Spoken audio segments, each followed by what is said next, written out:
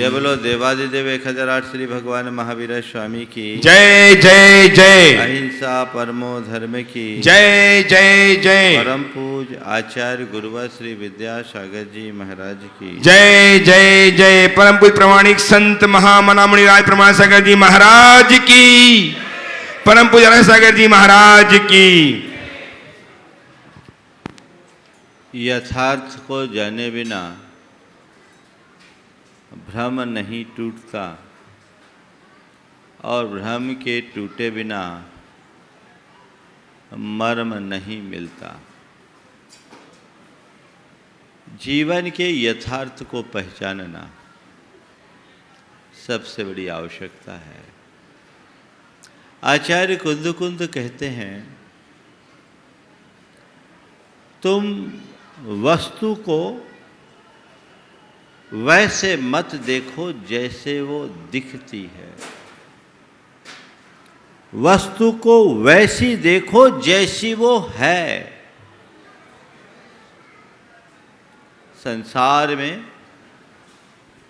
जो कुछ भी हमारे दृष्टि पथ पर आते हैं वे हमें जिस रूप में दिखते हैं वो उनका यथार्थ स्वरूप नहीं है।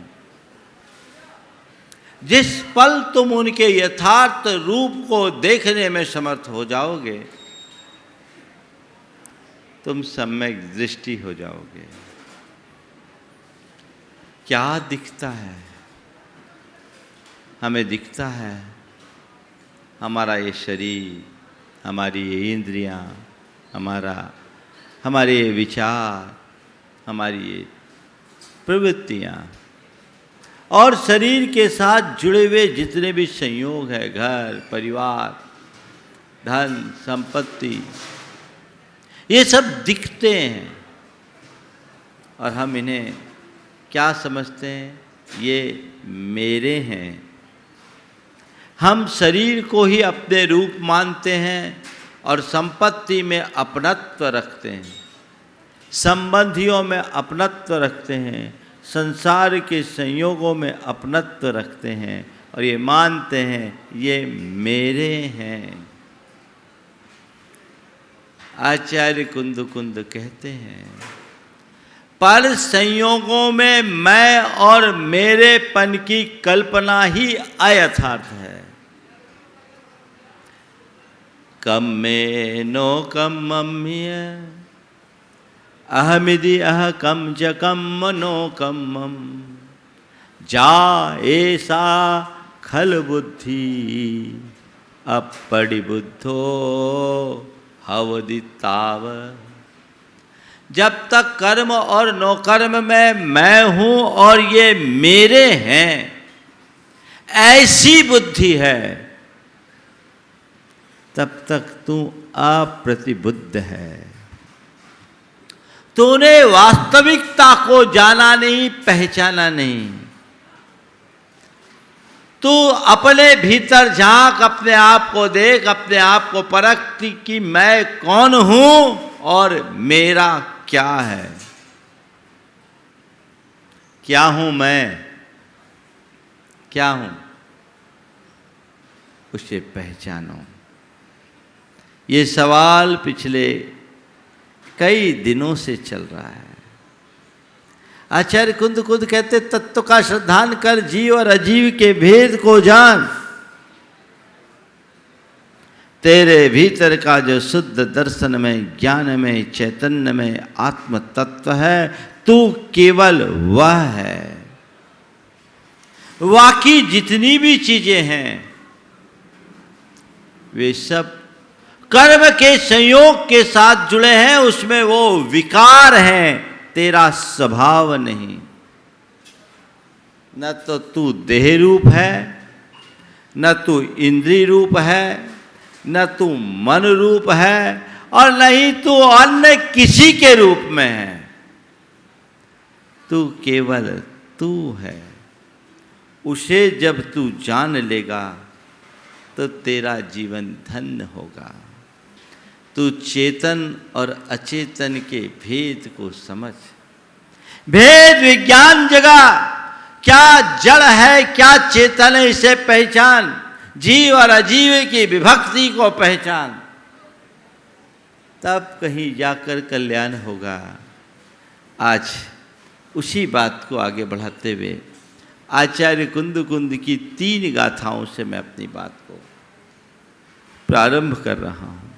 वो कहते हैं, जानदि पश्यदि सव्वम इच्छदि सुखम विभेदि दुःखादो कुव्वदि हिदमहिदं वा भुञ्जदि जीवो फलम तेषिं।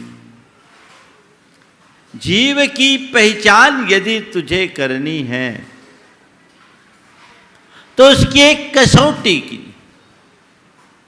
जो जानदि पश्यदि सव्वम, जो जानता और देखता है, जिसके अंदर जानने और देखने की क्षमता है। इच्छद सुखम, जो सुख की इच्छा करता है।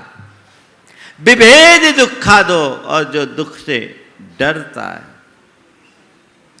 कुव्वदि हिदम अहिदम वा, वो हित और अहित करता है। और फलम जीवो भुञ्जति फलम तेषिं, भुञ्जति फलम जीवो तेषिं, और वह उसका फल भी भोगता है। वह तो जीव है, लेकिन इसके अतिरिक्त और जो कुछ भी है वह अजीव है। उसे तुम पर मानो, और तुम जीव हो, चेतन हो, तुम्हारा स्वरूप चैतन्यमय है, इसे स्वीकार करके अपने आप को चैतन्यमय महसूस करो। वे कहते हैं, सुख दुख जाननावा हृदय परियम्मम चाहिद भीरुतम जसन विच्यद नित्यम तम समना बिंति अजीवम। कहते, जिसे सुख और दुख का कोई ज्ञान न हो, जो हित से हित का परिक्रम करने वाला, यानी हित को संपादित करने में तत्पर, और अहित से जो डरे नहीं, वह सब अजीव है। जिसके अंदर सुख दुख की कोई संवेदना नहीं, सुख दुख का कोई ज्ञान नहीं, जो हित के प्रति उद्योग करने में, हित अहित को समझने में समर्थ नहीं, वो सब अजीव। ये देह अजीव है। संठाना संघादा वन्न रस फास गंध सद्दाय पोगल दब्ब मया पोगल दप्पज्जाया होन्ति गुण गुणापज्जयाय बहो। हमारे संपर्क में जो कुछ भी आ रहा है, संस्थान है, संघात है, वर्ण है, रस है, गंध है, शब्द है, ये सब पुद्गल द्रव्य की पर्याय है। पुद्गल दब्बमया, ये पुद्गल की पर्याय है, ये पौद्गलिक है। ये अपने मानस में अंकित करने की आवश्यकता है। एक बार गुरुदेव से मैंने पूछा, गुरुदेव ध्यान में क्या करूं, ध्यान में क्या करूं? उन्होंने बहुत छोटे से वाक्य में बड़ा गहरा उत्तर दे दिया। उन्होंने कहा, बस एक ही बात को विचारो, जो दिख रहा है वो मैं नहीं, जो देख रहा है वो मैं हूं। क्या कह दिया? जो दिख रहा है वो मैं नहीं, जो देख रहा है वो मैं हूं। कौन देख रहा है? देखने वाला कौन है? हाँ, मैं तो, पर कौन? ये आंखें नहीं। आंख के भीतर से जो झांक रहा है वह देखने वाला है, वो दृष्टा है। बस उसे श्रद्धान में लाओ। यही सारे उपदेश का सार है। जेओ अन्य पुद्गलश्चान्य इत्तेतौ तत्व संग्रह। जीव जुदा पुद्गल जुदा, यही तत्व का सार, और बाकी जो कुछ कथन है सब इसका ही विस्तार।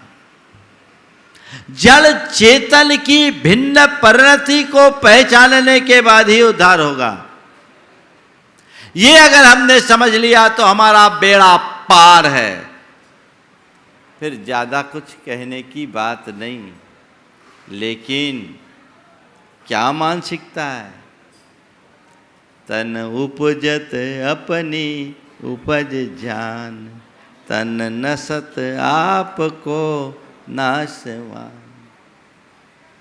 शरीर की उत्पत्ति को ही अपनी उत्पत्ति है और शरीर के विनाश को ही अपना विनाश। जब तक तुम मान रहे हो तुम सच्चे श्रद्धानी नहीं हो।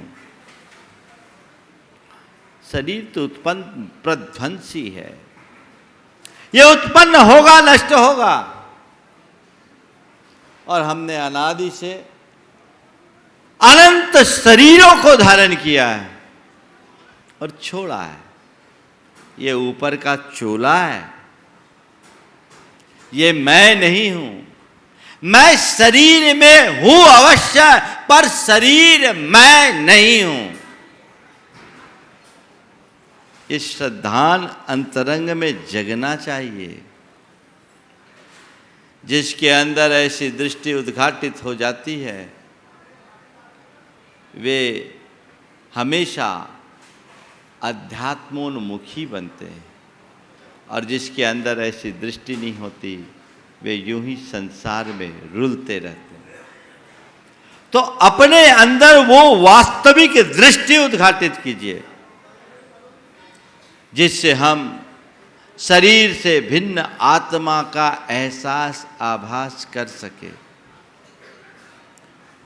एक बार मुझसे किसी ने पूछा, महाराज जी आप लोग आत्मा आत्मा की बात करते हो,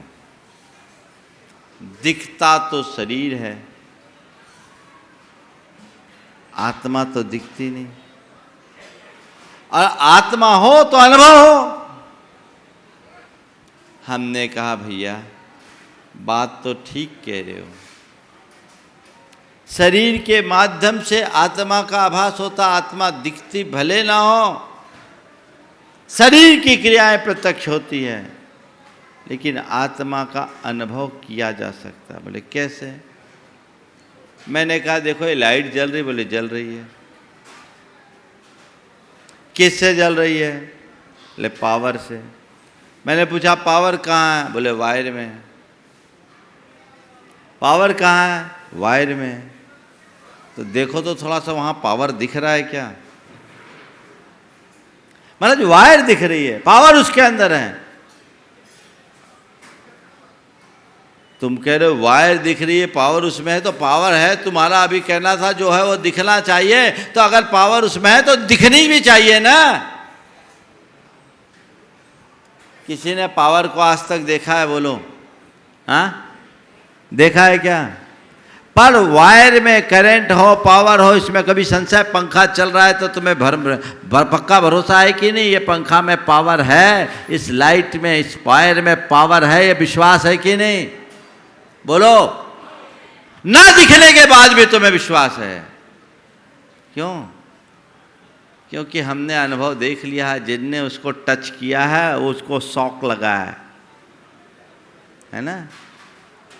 बस यही अनुभव हमारे महामुनियों का है। वो कहते ये वायर है, भीतर पावर है। इसको काट पीट के देखोगे पावर नहीं दिखेगा, पर भीतर की बत्ती केवल इससे ही जलेगी। इसका अनुभव करो। जैसे वायर को टच करने पर शॉक लगता है तो उसके पावर का एहसास होता है, वैसे ही आत्मा का स्पर्श करने में हमें अपनी आत्मा की शक्ति का आभास होता है। स्पर्श करो महाराज, वो तो आस्पृश्य है। वहां स्पर्श किस तरह का? श्रद्धान मूलक स्पर्श। बार बार एक ही धुन जगाओ, शुद्धो हम बुद्धो हम निरंजनो हम चैतन्यो हम सो हम देहातीतो हम इंद्रियातीतो हम विकार वर्जितो हम विषय विरहितो हम चिदानंदो हम परमानंदो हम सहजानंदो हम शुद्धो हम सोहम। ये अंतरंग की धून जितनी प्रगाढ़ होगी, तुम्हें अपनी आत्मा का एहसास उतनी ही शीघ्रता से होगा। तुम्हें तुम्हारी आत्मा का एहसास होगा, आभास होगा, जीवन का पथ प्रशस्त होगा। वो आभास अंतर में जगना चाहिए। वो जग गया तो समझना जीवन का रंग ढंग सब बदल गया। तो जैसे पावर का अनुमान जलने वाली बत्ती या चलने वाले पंखे से करते हैं, वैसे ही भीतर के पावर का अनुमान बाहर की शरीर की क्रियाओं से लगता है। लेकिन इस पावर का सही कंजम्पशन क्या है? कहाँ आप लोग देखते हैं कहीं कहीं नंगी तारें होती है, और कई ट्रांसफार्मरों में आपने देखा होगा कि वहाँ स्पार्किंग होते रहती है और पावर वेस्ट होती है। वो क्या है? बर्बादी है। उसको अगर ठीक तरीके से कंज्यूम कर लिया जाए तो उसकी सही उपयोगिता है ना? तो उसका सही कंजम्पशन क्या है? अंतरंग साधना में लगना, अंतर्मुखी चेतना को जगाओ। तुम्हारी आत्मा की पावर का सही उपयोग होगा और वही तुम्हारी चेतना के उत्कर्ष का आधार भी बनेगा। एक बार जब मैं ऐसी ही बात कर रहा था तो एक सज्जन युवा थे और पेशे से डॉक्टर थे। उन्होंने कहा, महाराज जी आप लोग आत्मा आत्मा की बातें कहते हैं, समझ में नहीं आता। बोले क्या मतलब? बोले महाराज जी आज तो साइंस का युग है, बटन दबाते ही लाइट जल जाती है, आत्मा हो तो दिखनी चाहिए। साइंस का युग है, बटन दबाते ही लाइट जल जाती है, आत्मा कहीं हो तो दिखनी चाहिए। मैंने कहा डॉक्टर साहब आपका तो साइंस है, हमारा सुपर साइंस है। आपका साइंस है, हमारा सुपर साइंस है। आप कहते हो बटन दबाने से लाइट जल जाती है। मैं आपसे एक सवाल करता हूं, क्या आप इस बात पर कायम हो कि बटन दबाते ही लाइट जल जाती है? हाँ महाराज, बटन दबाते ही लाइट जल जाती है। हमने कहा अच्छा, बटन दबाओ और बल्ब फ्यूज हो तो लाइट जलेगी? नहीं महाराज। फिर आपने कैसे कहा कि बटन दबाने से ही लाइट जलेगी? चलो बल्ब भी ठीक हो, आपने बटन दबाया, लेकिन आपको पता है आपके बटन का कनेक्शन किससे है? कटआउट से है। कटआउट किससे जुड़ा है? मेन स्विच से। मेन स्विच किससे जुड़ा है? मीटर से। मीटर किससे जुड़ा है? पोल से। पोल किससे जुड़ा है? ट्रांसफार्मर से। ट्रांसफार्मर किससे जुड़ा है? पावर ग्रिड से। और पावर ग्रिड किससे जुड़ा है? पावर स्टेशन से। इस बीच में कितने खंबे हैं? इस बीच में हजारों खंबे, और एक भी खंबा उखड़ जाए तो बटन दबाने से लाइट जलेगी? बटन से झूल भी जाओ तो लाइट नहीं जलेगी। जलेगी क्या? नहीं ना। तो मैंने उनसे कहा डॉक्टर साहब आपका तो साइंस है, हमारा सुपर साइंस है, आपके यहाँ तो बटन दबाने की ज़रूरत है, यहाँ तो सब ऑटोमाइज है, ऑटोमेटिक सिस्टम है, यहाँ बटन दबाने की भी ज़रूरत नहीं है, केवल कनेक्शन ठीक करने की ज़रूरत है। आपका कनेक्शन ठीक हुआ तो पल में अध्यात्म की लाइट जलेगी। अगर लाइट नहीं जल रही है तो समझना सबके पोल उखड़े हुए हैं। कनेक्शन ठीक करो, ये अध्यात्म की साधना और क्या है? उस कनेक्शन को ठीक करने की प्रक्रिया है। अपना कनेक्शन ठीक हो जाए, व्यवस्थित हो जाए, ताकि हम अध्यात्म की साधना में अग्रसर हो सके और अपने जीवन का पथ प्रशस्त कर सके। तो निरंतर चलना चाहिए, तब हम यथार्थतः अपना हित साध सकेंगे। आप लोग क्या करते हो? चाहते सब हो पर करते उल्टा हो। हर किसी के हृदय में एक भावना होती है, मुझे आत्म सुख मिले, है ना? रहती कि नहीं? पर खोजते कहाँ हो? कहाँ खोजते हो? आचार्य कुंद कुंद कहते तू ज्ञान में सुखमय आनंदमय है, ये श्रद्धान कर। क्या बोल रहे हैं? तू ज्ञान में सुखमय आनंदमय है, ये श्रद्धान कर। है श्रद्धान? अगर तू ज्ञान में सुखमय आनंदमय है, तेरे अंदर ऐसा सच्चा श्रद्धान है, तो तू बाहर सुख क्यों ढूंढेगा? बाहर आनंद क्यों खोजेगा? और बाहर के संयोगों में आनंदित क्यों होगा? जो बाहर के संयोगों में आनंदित हो रहा है और जो केवल बाहरी सुख खोज रहा है, इसका मतलब केवल इतना है कि उसे अपने स्वरूप का सच्चा श्रद्धान नहीं है। बात समझ में आ रही है? और जब स्वरूप का सच्चा श्रद्धान नहीं तो कल्याण कैसे? बाहर क्यों खोज रहा है? तेरे भीतर वह सब कुछ है, पर अभी तुझे उसका पता नहीं, जल्दी से विश्वास भी नहीं होता, है ना?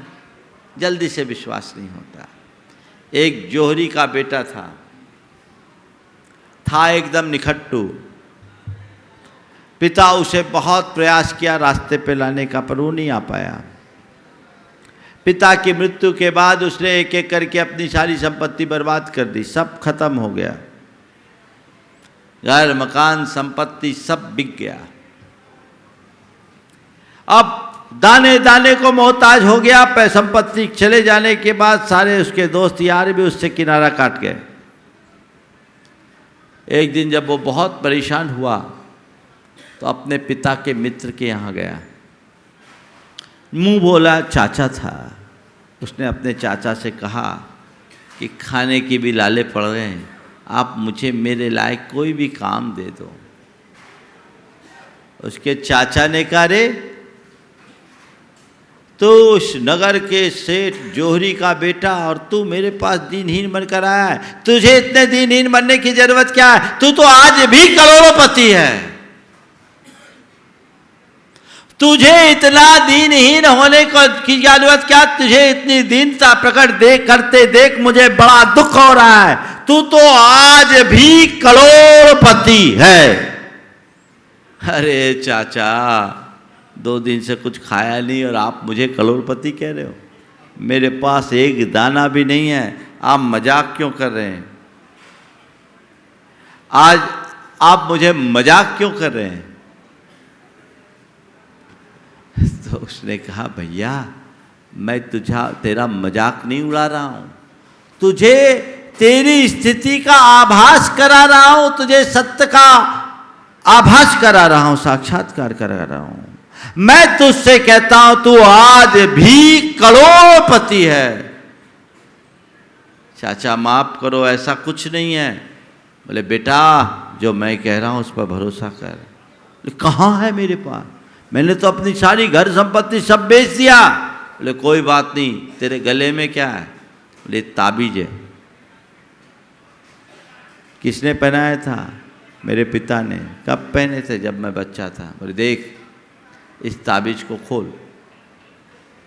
तांबे की परत चढ़ी ताबीज थी, एक परत उधेड़ा, चांदी का परत निकला। बोला इसको भी अलग कर। फिर अंदर सोने का परत निकला।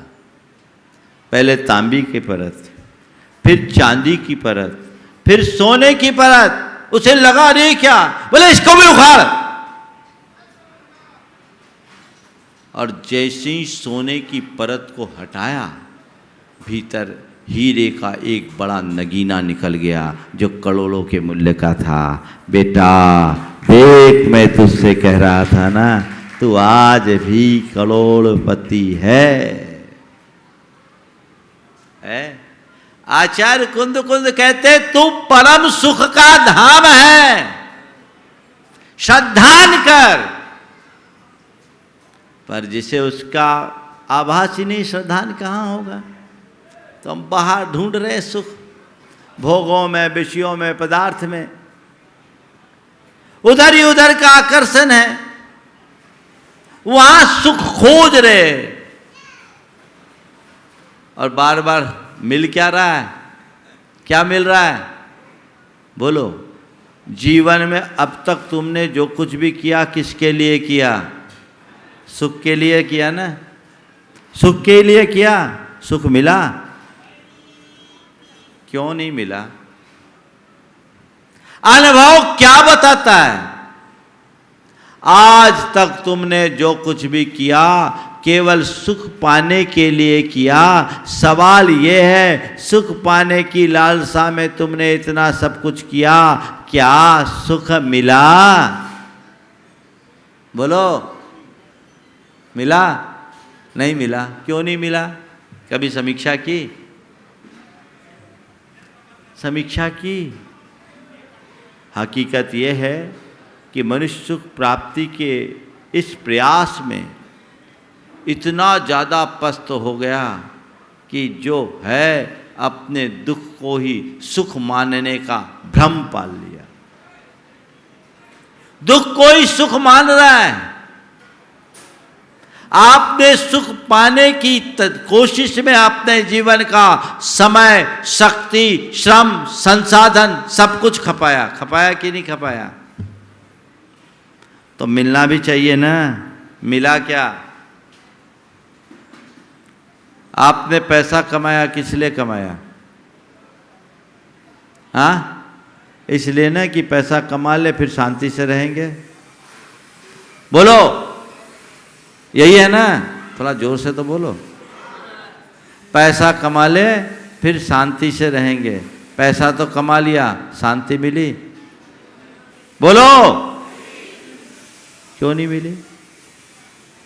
हकीकत अगर देखोगे ना तो पाओगे कि पहले पैसे कम थे तो शांति ज़्यादा थी, अब पैसे बढ़ गए तो शांति घट गई, अशांति बढ़ी। है कि नहीं? हाँ? आज तुम जो हो, आज से 20 साल पहले तुम्हारे पास इतना पैसा नहीं रहा होगा, पक्का। पर आज से 20 बरस पहले तुम्हें जितनी शांति थी उतनी शांति आज है क्या? बोलो। तो 20 बरस पुरानी स्थिति आ जाने का आशीर्वाद दे दूं? महाराज ऐसा गड़बड़ मत करो। आप तो इस आशा से आए हैं कि आपका असर पड़ जाए, आपके वचन लग जाए तो आज जाऊं उससे और आगे बढ़ जाऊं। बात केवल समझने की है, अवधारणा ठीक करने की आवश्यकता है। मैंने शांति की चाह में धन जोड़ा और पाया, क्या पाया? अशांति। हमने पदार्थ का संग्रह किया शांति की चाह में, मिला क्या? अशांति। संसार के जितने भी संयोग मैंने जोड़े सुख भोगने के लिए, पर मिला क्या? दुख। पर लोग उतने में ही संतुष्ट है, चलो अब यही है, इसी में कॉम्प्रोमाइज करो। अब ऐसी जी रहे, जीते चले जा रहे हैं। कभी किसी के मन में ख्याल आया, अरे ये जंजाल है, इससे तो दुख ही मिलता है, अशांति मिलती है, अब रास्ता बदलें? नहीं महाराज, बस मन में ये आता है कि इतने में नहीं हुआ, थोड़ा और करेंगे ना तो मिल जाएगा। तो चलो थोड़ा और ट्राई करो, थोड़ा और ट्राई करो, थोड़ा और ट्राई करो, थोड़ा और, थोड़ा और, थोड़ा और। तो इसके कारण हमारे अंदर का अनुभव गौण हो जाता है और हमारी आसक्ति अपने हमारे ऊपर हावी हो जाती, व्यक्ति उसी में जीता है, और इसी का नाम भ्रम है। सत्य को जानो, सत्य को पहचानो, सच्चा श्रद्धान जगाओ, तो जीवन में कामयाबी होगी। हम अशांति नहीं, शांति चाहिए। तो मेरे भीतर परम सुख है, मैं सुखमय हूँ, मैं परम सुख का धाम हूँ, मैं आनंदमयी हूँ। ये श्रद्धान अंदर जगेगा तो बाहर की तृष्णा अपने आप दूर होगी। फिर उधर चाह नहीं। ये तो एक संयोग है, जीवन निर्वाह के साधन है। ये क्या है? भोगों में सुख नहीं है।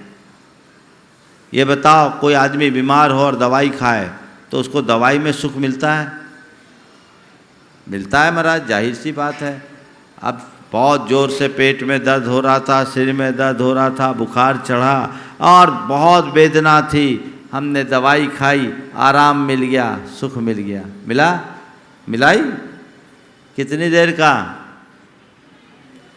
बुखार था, दवाई खाने से आराम मिला।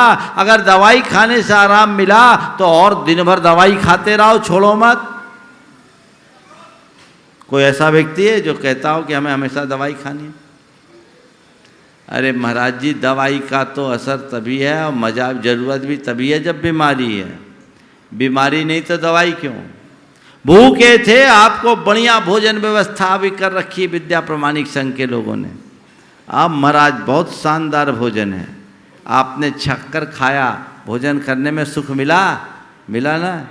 तो जो भी चीज़ खाने में तुम्हें सुख मिला उसे खाते ही रहो, उठो मत वहाँ से। तब जाने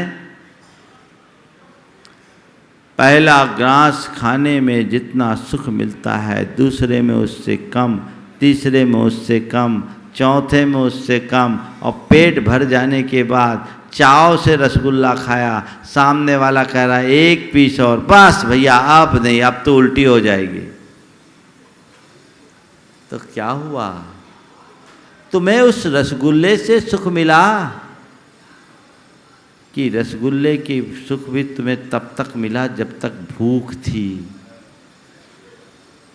इसका मतलब रसगुल्ला का सुख पाना है तो पहले भूख का दुख जगाओ, है ना?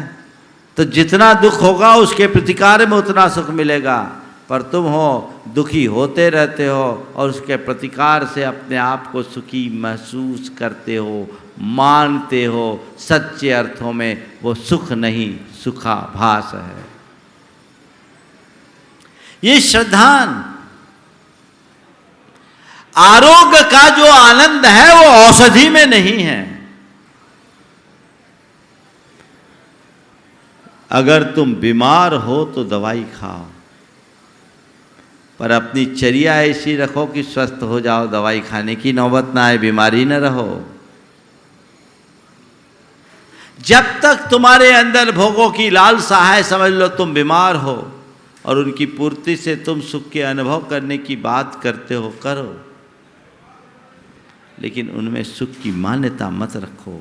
ये तो मृग तृष्णा है, भटकाने वाली है। अपने आप को मोड़ो, अंतर्मुख बनो और अपनी चेतना को परिवर्तित करने का प्रयत्न करो, पुरुषार्थ करो, जिससे जीवन के सार तत्व को प्राप्त किया जा सके, सच्चे अर्थों में अपने जीवन का उद्धार किया जा सके। तो वो भ्रम तोड़ना है भैया, इसमें सुख नहीं है। लगता है सुख जैसा, पर सुख नहीं। सुख तो अंदर है। मैं परम सुख का धाम हूँ। मेरे अंदर उत्पन्न होने वाले संकल्प विकल्प ही मुझे दुखी बनाते हैं। मैं अपने इस संकल्प विकल्प के कारण ही परम इष्ट और अनिष्ट का भाव प्रकट करता हूँ, और इष्ट अनिष्ट संकल्प विकल्प मुझे हमेशा परेशान और विचलित करते हैं। मुझे अब वो रास्ता नहीं चुनना है, मुझे अपने चैतन्य स्वरूप को जानना है। तो जैसा उस जोरी ने उसे बताया था, बेटा तू आज भी करोड़पति है, वैसे ही आपसे भी कहता हूँ तू आज भी परम सुख का धाम है।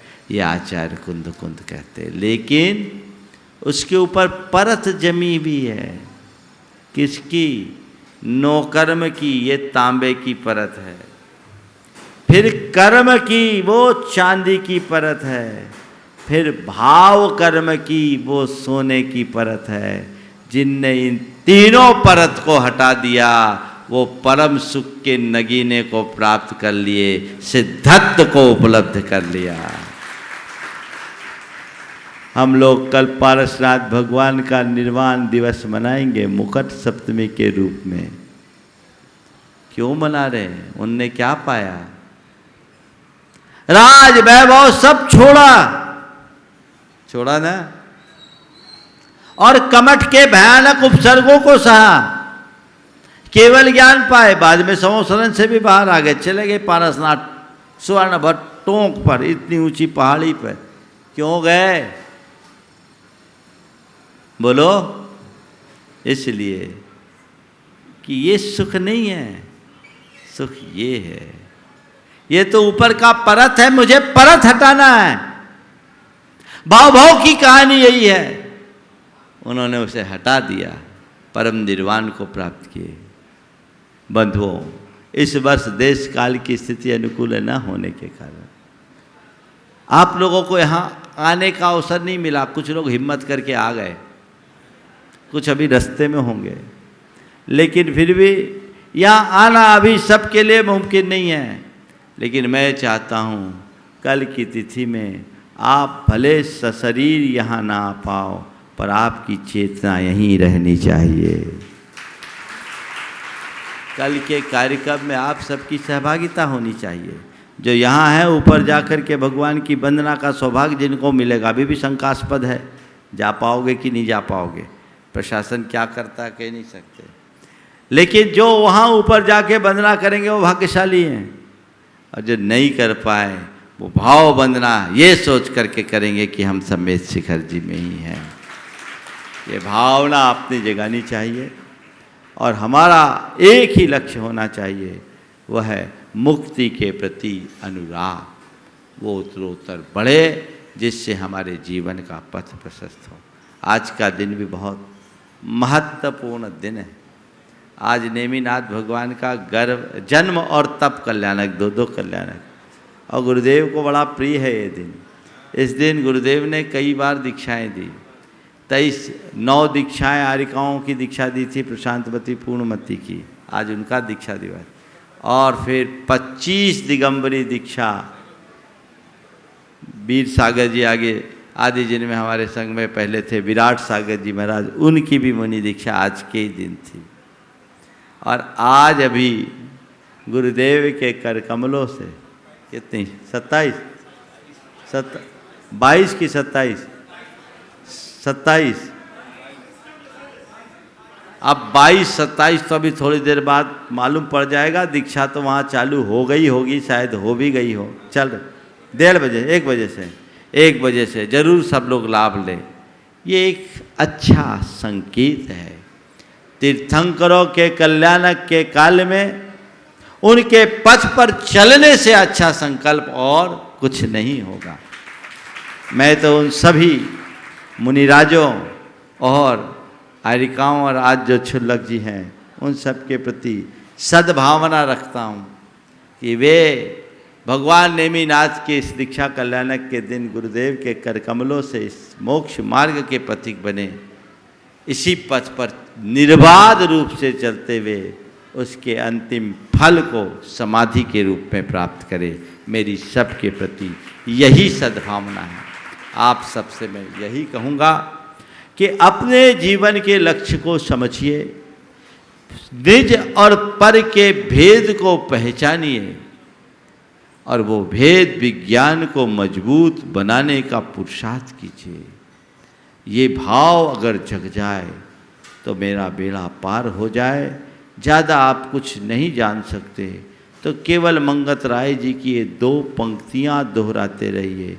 तू चेतन यह देह अचेतन, यह जड़ तू ज्ञानी, मिले अनादि यतन से बिछड़े, ज्यों पै अरु पानी।